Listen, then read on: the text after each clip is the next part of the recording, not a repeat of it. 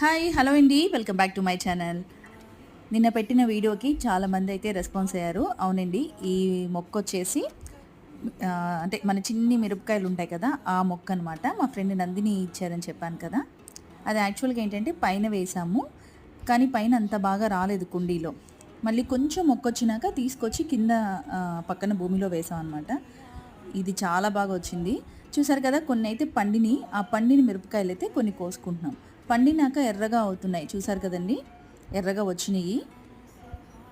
ఇవైతే ఘాటు బాగానే ఉంటాయంట. నేను కూడా వాడలేదు, బట్ ఇప్పుడు కట్ చేశాను కాబట్టి వీటిని మనం ఏదో ఒక కూరలో కానీ వాడుకోవచ్చు.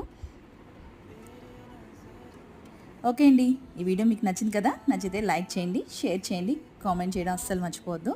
చాలామంది కామెంట్ చేశారండి, ఇవి చిన్న మిరపకాయలు చిల్లీ అని. చాలా చాలా థ్యాంక్స్ అండి అందరికీ.